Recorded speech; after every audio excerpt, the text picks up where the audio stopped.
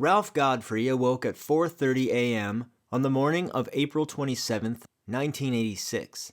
He creaked his way through the old farmhouse, passing by the living room on his way to the washroom.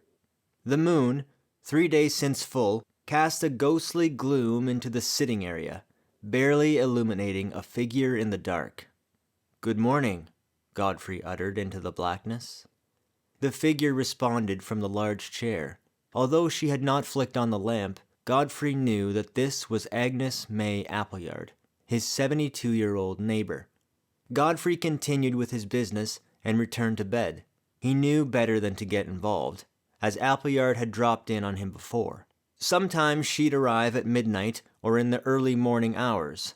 No matter the weather, Appleyard could show up. Godfrey had seen her arrive in the middle of a snowstorm that was so bad he wouldn't even let his dog out. She would visit 3 or 4 times a month and then return to her home in the morning after she called one of her sons for a ride. These were not poorly timed social calls. Appleyard was hiding, and this would be the last time Godfrey would see her alive. According to police, Agnes May Appleyard, who preferred to be called May, disappeared from her front yard in Emsdale on April 27, 1986. There aren't many more details than that. It's one of those stories that is full of gaping holes and rumors. In her case, there is only speculation as to where she could be now. Appleyard's body has never been found. It's as if she dissolved into the soil that surrounded her isolated home, located 34 kilometers north of Huntsville. It is because of this irrefutable fact that she will remain a missing person. I had come across her name, like so many others, on the Canada's Missing website. Her name was part of a collection of over 1,000 strangers that ran down the page like some heartbreaking to-find list.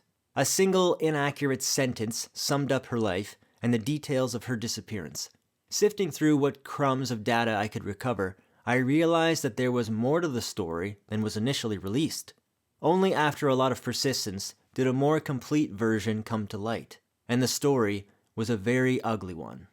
By all accounts, May Appleyard was a lovely woman and a hardworking mother and grandmother. She inherited the homestead in Emsdale from her parents and lived in the area all her life. Newspapers of the time would refer to it as a shack. In fact, it was an 18 by 20 foot cabin with a total of 3 rooms, 1 door, and a small attached porch. The property was isolated and the road leading in was described as impassable, unless you had a 4-wheel drive vehicle. The nearest neighbor was the Godfreys, 2.5 kilometers away. There was no hydro, no telephone, no indoor plumbing, and whatever comforts they enjoyed were achieved by hand. Appleyard and the children used to fetch buckets of water from a spring about 100 yards away. It was a hard yet simple lifestyle carried out in the seclusion of the dense forest, where they received no visitors or attention from the outside world, until the day she vanished. She lived with her husband, 82-year-old Sidney Arthur Appleyard, who had been a very hard bushworker. He was of slim build and reported to be funny and generous, unless he had been drinking. According to multiple sources, Sidney Appleyard drank a lot, and when he drank, he turned into a different person.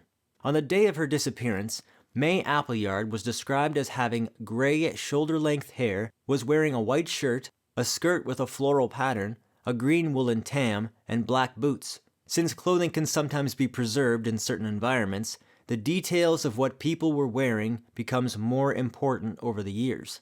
Knowing that police were likely withholding valuable pieces of the story, I submitted a request for more information on the case, but was denied access, stating that the release of any files was in breach of a criminal investigation. In fact, the exact wording was, "currently under investigation." Needless to say, I had my doubts that was true.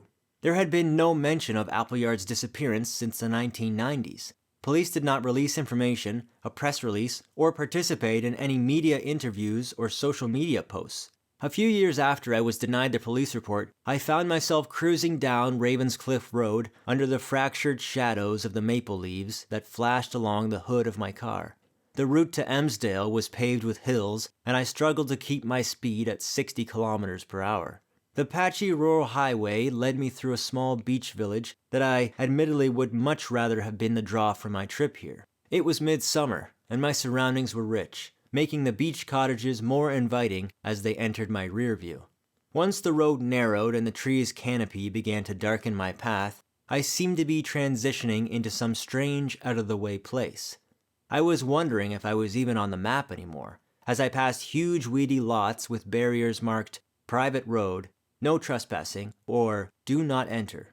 At every turn, I was getting the feeling that this place was trying to keep me out. The houses were so inconsistent that I made special note of it. Some giant log dwellings easily appraised at over $1 million, neighboring some clearly run-down homes. Their roofs were sliding off, their garages overtaken by the surrounding forests. I can't recall another place that had such diversity in such close proximity. Emsdale is not all that far from major cities, but it has the sense of being remote and cut off from the outside world. I am used to being in these types of places, but at the risk of sounding a bit paranoid, I sensed the eyes of the local population on me, a stranger who didn't belong. Their glare was so piercing, I feared they'd pop my tires and I'd be stranded on these back roads.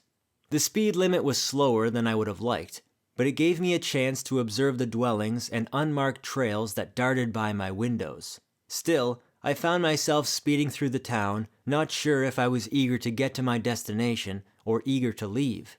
Finally, I came to a road very near my predetermined waypoint on the GPS and pulled over to check my maps. In the sky above me, I pictured a helicopter whizzing by as they searched for any signs of Appleyard.